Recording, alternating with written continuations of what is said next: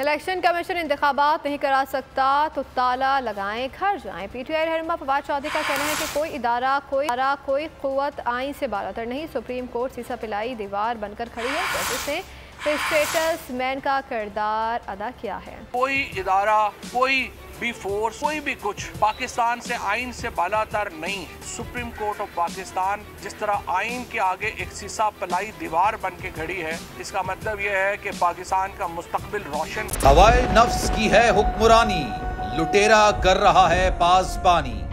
Whole news के marketing head आकाश राम ताहाल लापता, तफ्तीशी इदारे जवाब देने से कासिर। अहले खाना परेशान, बेटे की जुदाई में माँ गम से निढाल।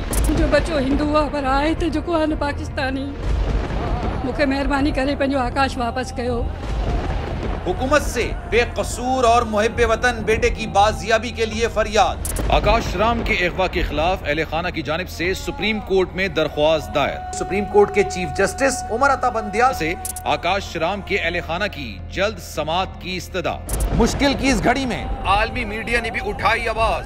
CNN, आज तक, इंडिया टुडे, टाइम्स नाउ समेत आलमी मीडिया ने आकाश राम के अगवा के खिलाफ दिया बोल का साथ। उफ क्या जुल्म है, बोल इंसाफ का मुंतजिर।